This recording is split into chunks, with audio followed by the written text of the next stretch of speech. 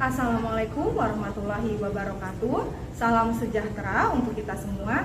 Yang terhormat Bapak Ibu dosen dan guru penguji uji kinerja PPG dalam jabatan kategori 2 tahun 2022. Perkenalkan, nama saya Nurul Windy Winayanti. Saat ini saya tercatat sebagai mahasiswa PPG dalam jabatan kategori 2 Program Studi Pendidikan Bahasa Indonesia di Universitas Wijaya Kusuma Surabaya. Hari ini, Selasa 13 Desember 2022, saya akan melaksanakan kegiatan praktik mengajar dalam rangka memenuhi penilaian uji kinerja di SMP Negeri 31 Kota Tangerang. Terima kasih, selamat menyaksikan. Wassalamualaikum warahmatullahi wabarakatuh.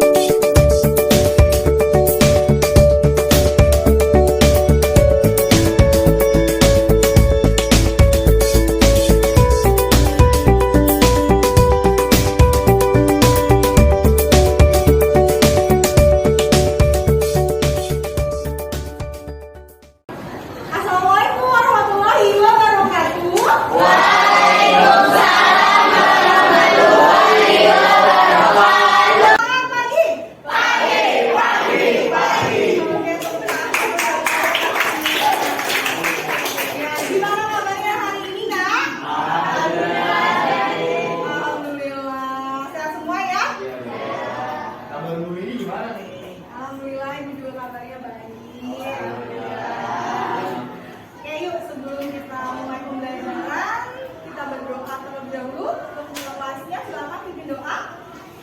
Bersiap membaca doa menurut agama dan kepercayaan masing-masing. Dimulai. Membaca doa selesai. Memberi salam.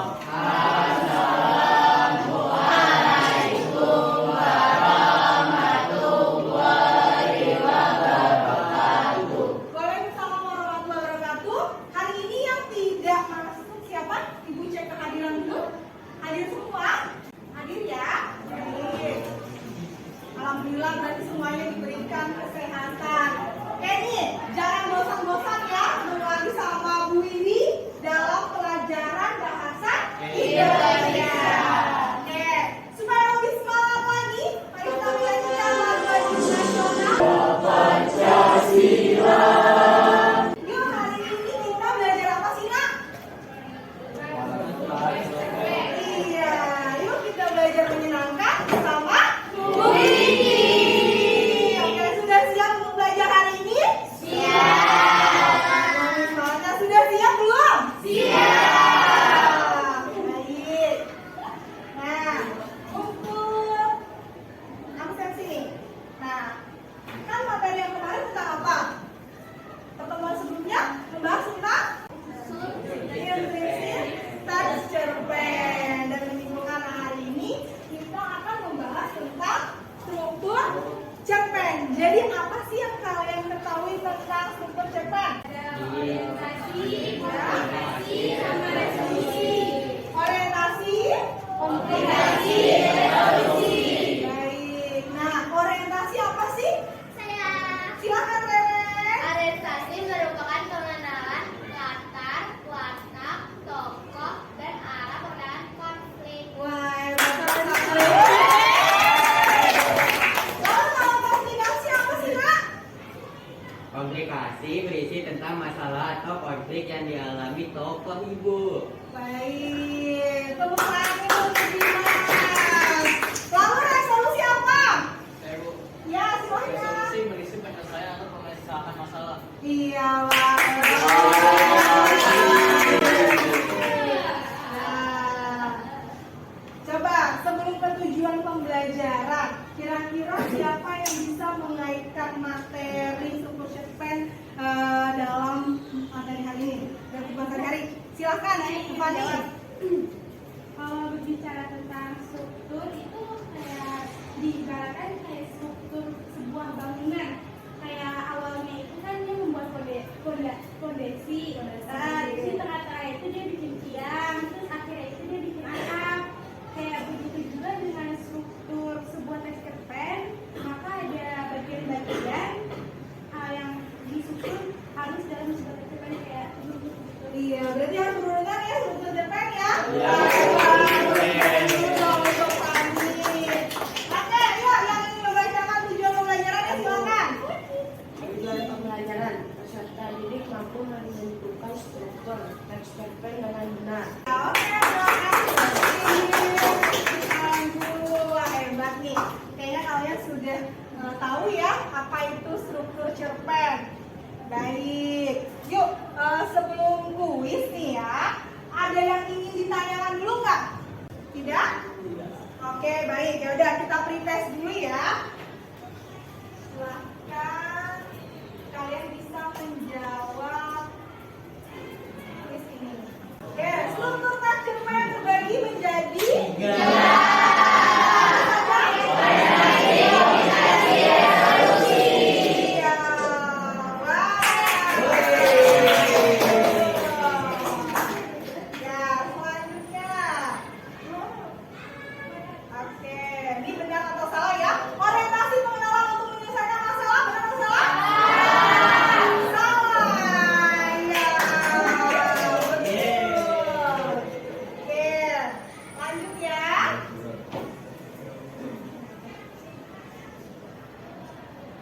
benar atau salah? Komplikasi menjelaskan konflik yang dialami oleh tokoh? Benar.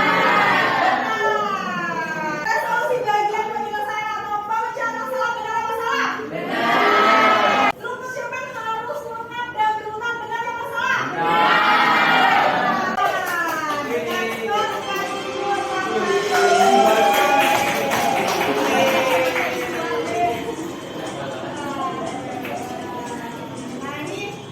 Supaya menstimulus kalian nih biar semangat. Jadi di awal biar ibu tahu kemampuan kalian sampai mana.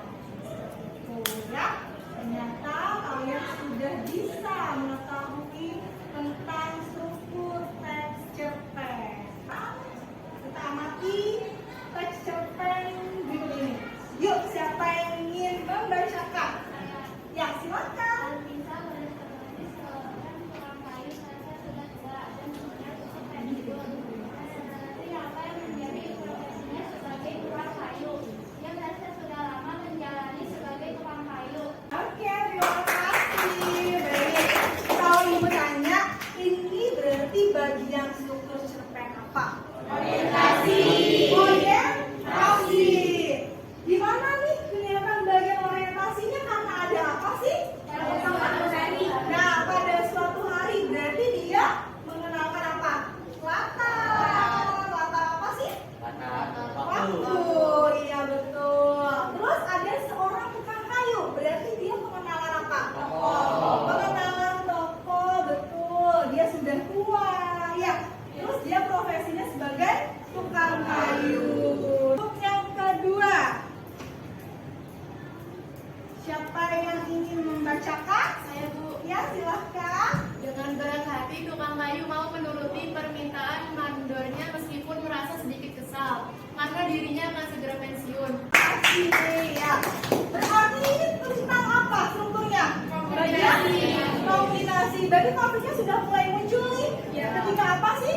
Ketika Menuruti permintaan mandornya. iya, menuruti permintaan mandornya. Tadi apa? Karena dia malas. Betul sekali. Nah, ini udah ada pengenalan matang ya bahwa si tukang kayu ini adalah orang yang malas. Dia kerjanya asal-asalan.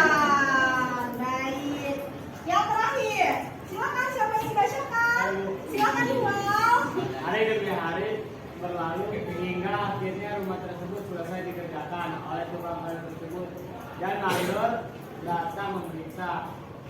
Pada saat mandor memegang daun pintu depan dan membuka pintu, mandor berkata, "Rumah ini adalah hadiah untukmu, hadiah dariku untuk yang selama ini telah bekerja denganmu." Betapa kagetnya tukang kayu mendengar semua itu, sangat menyesal akibat dia harus tinggal di rumah yang dia bangun dengan asal-asalan. Wah, terima kasih Kak. Nah, ini bagian apa? Struktur cerpen bagian rekonstruksi. Ini sudah masuk ke dalam penyelesaian masalah. Tapi sayang banget nih, ternyata rumah itu buat dia sendiri. Nah, tapi dia sudah mengerjakannya dengan asal-asalan. Berarti ini kalau bisa kita ambil amanatnya ya, maksudnya dalam kehidupan kita sehari-hari kita harus apa sih?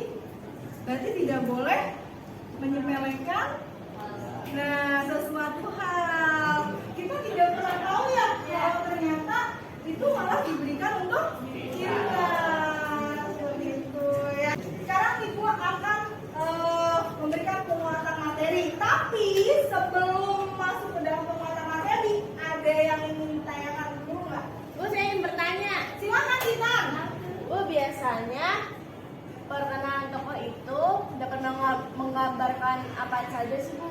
Oke, coba nih sebelum Ibu yang jawab, ada yang bisa bantu jawab nggak kira-kira? Baik, Bu. Oke, silahkan Anissa.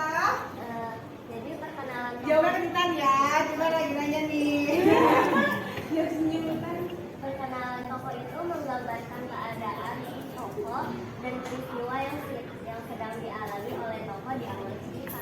Oke, sudah paham kan? Sudah. Oke, terima kasih ya. Baik, ada yang ingin tanya lagi? Silakan Anissa. Kenapa pada bagian komunikasi sering terjadi masalah itu karena apa? Nah, kira-kira nih kata Alfa, kenapa sih sering terjadi masalah? Karena apa ya kira-kira? Ada yang bisa jawab? Jadi gini lah, Gini. ya masalah yang sering terjadi karena tokoh utama berselisih atau bergerak dengan tokoh lain, habis itu terjadilah konflik. Nah, seperti itu orang tua, apalagi kita sering gak sih berselisih sama orang, sama orang ya, sama teman, mungkin di rumah sama adik, sama orang tua, sama tetangga. Jadi kayaknya kalau menurut kamu itu hanya masalah kecil, tapi bisa dibesar-besarkan. Nah, tapi kalau kita kaitkan dalam kehidupan sehari-hari, masalah itu tidak boleh dibesar-besarkan. Ada lagi yang ingin bertanya? Bu, lalu jenis konflik apa saja, Bu? Jenis konfliknya nih. Nah, ya siapa yang bisa jawab? Jadi gini nih, Pakarnya nih ya. ini kan saya belum kasih beberapa contoh nih. Contoh yang pertama tuh konflik fisik itu tuh bisa berupa tawuran antar pelajar yang menyebabkan luka tusuk. Lalu Berarti ada bekas ya. bukan mungkin sih. Apa nih guys? Wah, terus gimana nih? Lalu kedua tuh ada konflik batin. Nah itu tuh kayak contohnya nih ya, ada anak yang dibully itu di kelas ya, kayak katain atau dibakar gitu. Nah, itu kan bisa kamu kayak batinnya tuh kayak ya. Lalu yang ketiga ada konflik sosial. Nah contoh konflik sosial tuh kayak warga-warga yang nolak buat nolak kenaikan harga BBM gitu lah. Nah gitu aja sudah banget. Ya betul banget Ali. Jadi kalau konflik fisik berarti pasti ada sesuatu mungkin di fisik kita, entah itu kita melakukan kekerasan, mungkin itu tadi tawuran ya. Terus kalau konflik batin berarti kan dari hati nih kita pendam, entah itu kita sakit hati. Ya misalnya, ya kalau tadi kata Aldi konflik batin itu mungkin dibully sama temennya, atau mungkin kalau anak zaman sekarang tuh karena galau gitu ya cinta ya. Oh tentang cinta biasanya ya Rere ya. Mana itu konflik batin tuh sampai nangis nangis. Masa saya sampai kalian nggak makan katanya gitu. Jangan ya Rere, harus jadi wanita tangguh. Ya, oke terima kasih banyak. Ada lagi yang ditanyakan? Pak Sudirman? Ya, oke Nabil masih mau nanya apa? Lalu bagaimana cara menulis bisa menyelesaikan? Bukan berarti Nabil.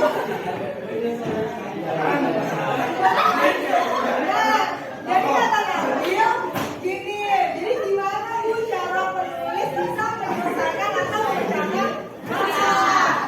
Nah, kira-kira gimana sih caranya nih tahu? Kayak Bu, Ya, berarti jadi biasanya penulis ya,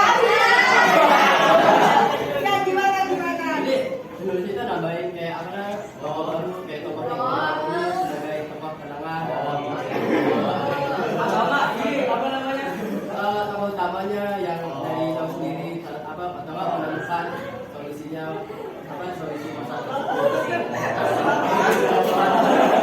Gimana nanti udah jelas apa? Nah, jadi maksudnya Fahriza biasanya itu memunculkan tokoh penengah nih, kategorisnya sebagai penengah ya. Nah, kalau enggak bisa dari tokoh utamanya sendiri nih yang ingin menyelesaikan masalahnya. Maka dari itu ketika ada masalah, memang seharusnya yang menyelesaikan masalah siapa sih? Diri sendiri. Oke, ayo ada yang ingin membacakan tentang struktur isi teks cerpen ini yang pertama? Ayo siapa yang ingin membacakan? Ayo. Silakan Aldi. Yang pertama ada orientasi, yaitu pengenalan awal cerita dalam cerpen, pengenalan tokoh, latar, dan arah petunjuk konflik. Yang kedua ada rangkaian peristiwa, yaitu serangkaian kejadian yang mengarah ke munculnya permasalahan yang dialami tokoh cerita. Ketiga ada komunikasi, yaitu menjelaskan masalah atau konflik baik yang dialami langsung oleh tokoh atau konflik yang terjadi di lingkungan sekitar tokoh. Lalu yang terakhir ada resolusi, yaitu bagian pemecahan masalah atau konflik yang terjadi di dalam cerita. Oke, terima kasih Aldi. Kesempatan dulu dong. Ya, jadi tadi kalian sudah tanya jawab nih ya, cuma pendapat, saling apa namanya ya, ada diskusi ya tentang struktur teks cerpen ini. Ternyata kalian sudah bisa nih, hebat semuanya. Baik, kita lanjut ya. Kalau sudah jelas semua, sudah paham? Sudah. Yuk kita diskusi kelompok, semangat. Tapi sebelum itu silahkan kalian membuat kelompok terlebih dahulu ya, bergabung dengan kelompoknya. Tidak boleh pilih-pilih teman ya dalam berkelompok. Sama siapa aja saling bersama. Sudah membawa teks cerpennya? Sudah? Baik. Kalian sudah membawa teks cerpennya. Ini akan ibu bagikan LKPD ya. LKPD menentukan struktur teks cerpen. Ayo, saling bekerja sama dengan baik ya. Ya, silakan. Ditulis dulu namanya kelompoknya. Baik, dibaca dulu ya. Cerpennya silakan dibaca terlebih dahulu. Waktunya 40 menit ya. Ya. Ya, nanti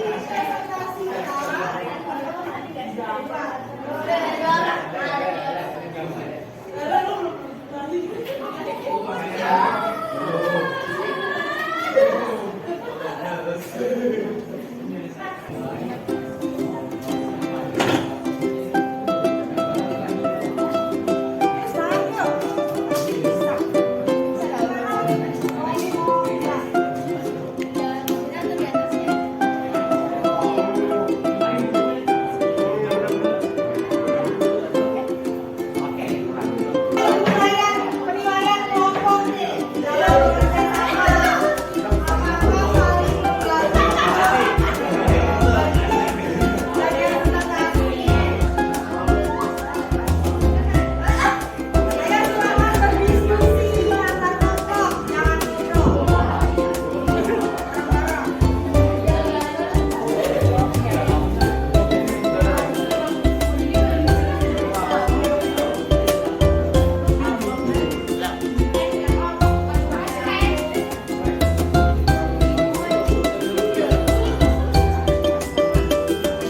Orientasi komplikasinya tuh itu.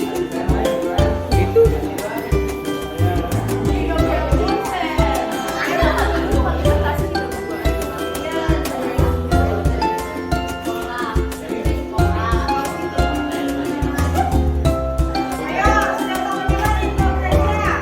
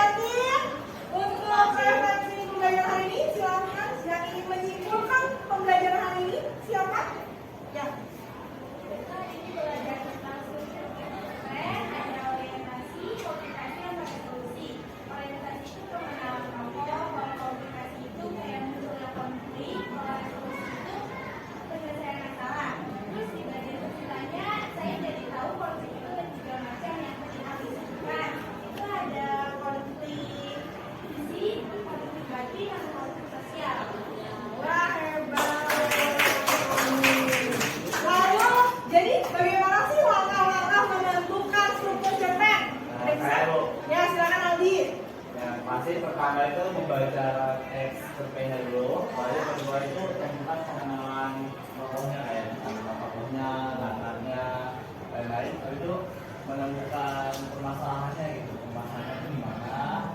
Lalu itu temukan juga pemecahan masalahnya. Lalu tuliskan poin-poin penting yang terdapat dalam cerpen tersebut. Wow, oke.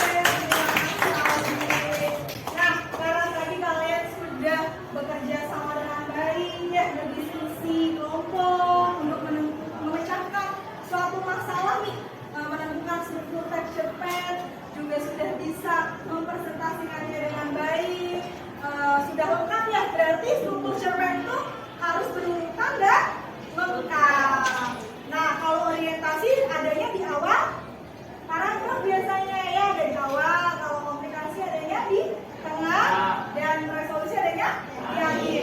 Kayak tadi yang sudah dikaitkan oleh Fami nih dalam kehidupan sehari-hari, kita ibaratkan struktur itu adalah sebuah bangunan, ya, memiliki fondasi, ya, fondasinya harus kuat, tiangnya juga harus kokoh, dan harus memiliki atap seperti itu. Jadi ada orientasi, komplikasi, dan resolusi.